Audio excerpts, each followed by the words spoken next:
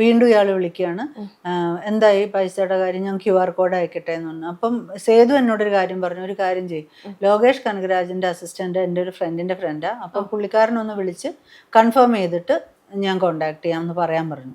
അതേപോലെ തന്നെ ഞാൻ പറഞ്ഞു, സാർ പൈസ റെഡി ആയിട്ടില്ല, ഞാൻ അപ്പം അങ്ങനെ പറഞ്ഞാൽ എങ്ങനെയാ ശരിയാവുക, നിങ്ങളിപ്പോൾ പൈസ തന്നാലേ നിങ്ങളെ കൺഫേം ചെയ്തിട്ടുള്ളൂ, അല്ലെങ്കിൽ നിങ്ങളെ ക്യാൻസൽ ചെയ്യുന്നു പറഞ്ഞു. അപ്പം ഞാൻ പറഞ്ഞു, സാർ എനിക്ക് ലോകേഷ് കനകരാജിൻ്റെ അസിസ്റ്റൻ്റ് എൻ്റെ ഒരു ഫ്രണ്ടാണ്, അപ്പോൾ ഞാനൊന്ന് പുള്ളീനെ കോണ്ടാക്ട് ചെയ്യട്ടെ, then I'll get back to you എന്ന് പറഞ്ഞു. എന്നിട്ട് ഫോൺ കട്ട് ചെയ്തു.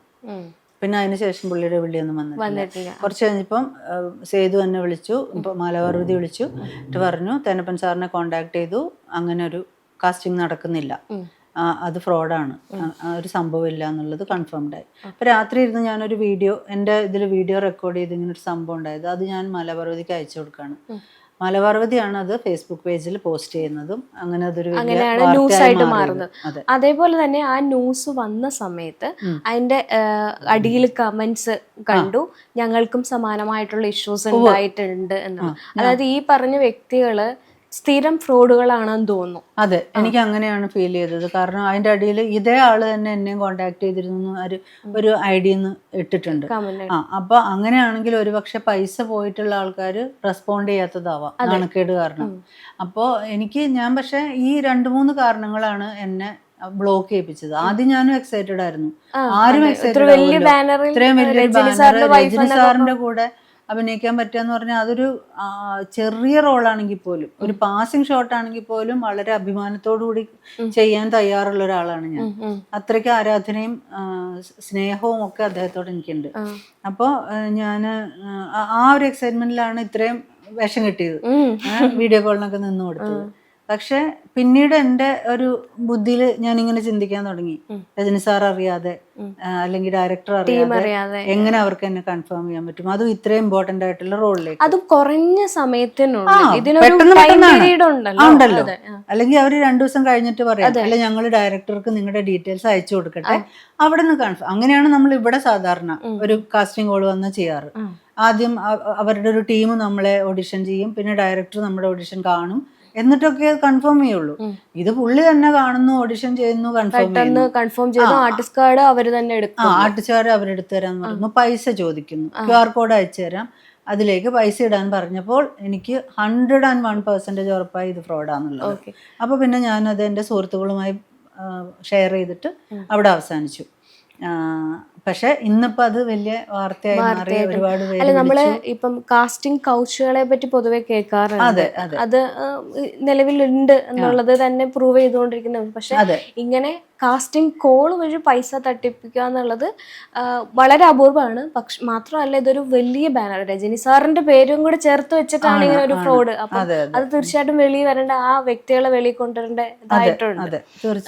ഇതുമായി ബന്ധപ്പെട്ട് ചേച്ചി മലയാള സിനിമയിൽ സജീവമായിരിക്കുന്ന ഒരു വ്യക്തി എന്ന നിലയിൽ അമ്മ സംഘടനയായിട്ടോ അല്ലെങ്കിൽ മറ്റു താരങ്ങളുമായിട്ടോ അല്ലെങ്കിൽ വേറെ മുതിർന്ന ആർട്ടിസ്റ്റുകളുമായിട്ടോ എങ്കിലും കോണ്ടാക്ട് ചെയ്തിട്ടുണ്ടോ? ആരുമായിട്ടെങ്കിലും കോണ്ടാക്ട് ചെയ്തോ?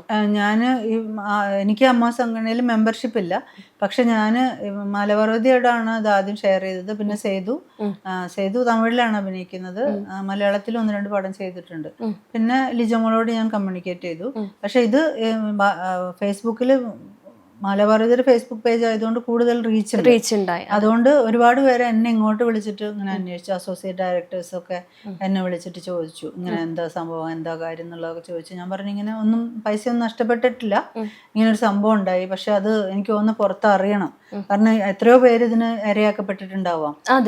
പിന്നെ അതുമല്ല, രജനി സാറിനെ പോലത്തെ ഒരാളുടെ പേര് യൂസ് ചെയ്തുകൊണ്ടാണ് പ്രത്യേകിച്ചും അദ്ദേഹത്തിന് മലയാളികൾ എന്ന് പറയുമ്പോൾ ഒരു പ്രത്യേക സ്നേഹമുള്ള ആളാണ്. അപ്പൊ ഞാൻ നൗഷാദ് എന്ന് പറഞ്ഞൊരു ക്യാമറമാൻ ഉണ്ട്, അദ്ദേഹത്തിന്റെ സുഹൃത്താണ് ഗിരീഷ് ഗംഗാധരൻ. ഞാൻ ഗിരീഷ് ഗംഗാധരൻ ക്യാമറമാൻ്റെ കൂടെ വർക്ക് ചെയ്തിട്ടുണ്ട് ഭീമന്റെ വഴിയിൽ. അദ്ദേഹമാണ് ജയിലർ 2-ന്റെ ക്യാമറമാൻ. അപ്പൊ അദ്ദേഹത്തിന്റെ നമ്പർ അയച്ചു തന്നിട്ട് പറഞ്ഞു, ഈ ഡീറ്റെയിൽസ് മുഴുവൻ ഗിരീഷിനെ അറിയിക്കണം, കാരണം അവിടെ പ്രൊഡക്ഷൻ കൺട്രോളറെ ആരെങ്കിലും അറിയിച്ചിട്ട് സാറിന്റെ പേരിൽ ഇങ്ങനെ ഒരു തട്ടിപ്പ് നടക്കുന്നുണ്ട് എന്നുള്ളത് അറിയണമല്ലോ അവര്. അങ്ങനെ ഞാൻ ഗിരീഷിന് ഇപ്പൊ കംപ്ലീറ്റ് ഡീറ്റെയിൽസ് സ്ക്രീൻഷോട്ട് എടുത്തതും എല്ലാം കൂടെ വെച്ച് ഞാൻ അയച്ചു കൊടുത്തിട്ടുണ്ട്. എന്തായാലും കൺസേൺഡ് ആയിട്ടുള്ള ടീമുകൾ ഇപ്പം രജനി സാർ പ്രതികരിക്കോ ഇല്ലോ എന്നുള്ളത് അറിയില്ല, എങ്കിലും ആ ജയിലർ 2 ആയി ബന്ധപ്പെട്ട് നിൽക്കുന്ന ആരെങ്കിലും പ്രതികരിക്കുമെന്ന് നമുക്ക് വിശ്വസിക്കാം. ചേച്ചി ഇത്രയും സിനിമകൾ അഭിനയിച്ച് മലയാള സിനിമയിൽ സജീവമായിട്ട് നിൽക്കുന്ന വ്യക്തി എന്തുകൊണ്ട് അമ്മ പോലെ വലിയ സംഘടനയിൽ അംഗമായിട്ടില്ല എന്നുള്ളതാണ് വലിയൊരു ക്വസ്റ്റ്യൻ.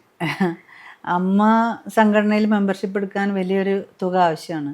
അപ്പം എന്നെപ്പോലെ ഉള്ള ആർട്ടിസ്റ്റുകൾക്ക് അങ്ങനെ ഒരു മെമ്പർഷിപ്പ് എടുക്കാനുള്ള തുക സേവ് ചെയ്ത് വെക്കാനുള്ള അത്രയ്ക്കും ശമ്പളമൊന്നും കിട്ടുന്നില്ല. ഞങ്ങൾക്കൊക്കെ വളരെ കുറച്ച് ശമ്പളമേ കിട്ടുന്നുള്ളൂ. ചോദിക്കുന്ന പൈസയുടെ തന്നെ 1/4 തുകയ്ക്കൊക്കെയാണ് ഞങ്ങൾ ജോലി ചെയ്യുന്നത്. അപ്പോൾ എന്തെങ്കിലും ഒന്ന് പറഞ്ഞ് ബാർഗെയിൻ ചെയ്യാൻ നിന്നാൽ ഉടനെ അവർ അടുത്ത ഓപ്ഷനിലേക്ക് പോകും. കാരണം ഒരുപക്ഷെ കോമ്പറ്റീഷൻ ഇപ്പോൾ വളരെ കൂടുതലാണ്. ഒരുപാട് പുതിയ താരങ്ങളും നടിമാരും ആക്ടേഴ്സ് വരുന്നുണ്ട് സിനിമയിൽ. അപ്പോൾ ഒരുപക്ഷെ നമ്മൾ ഒരു എമൗണ്ട് പറയുമ്പോൾ ഒരു പൈസയും വാങ്ങാതെ അഭിനയിക്കാൻ തയ്യാറായിട്ടുള്ളവരുണ്ടാവാം. അല്ലെങ്കിൽ വളരെ കുറഞ്ഞ തുകയ്ക്ക് അഭിനയിക്കാൻ തയ്യാറായ കഴിവുള്ള നടിമാർ ഇഷ്ടം പോലെ ഉണ്ട്, നടന്മാരും. കാരണം സഹീർ മുഹമ്മദ് എന്ന് പറഞ്ഞ ആക്ടറും ഇതേ കാര്യം എന്നോട് ഡിസ്കസ് ചെയ്തിട്ടുള്ളതാണ്. കാരണം അയാൾ നല്ലൊരു ആർട്ടിസ്റ്റാണ്.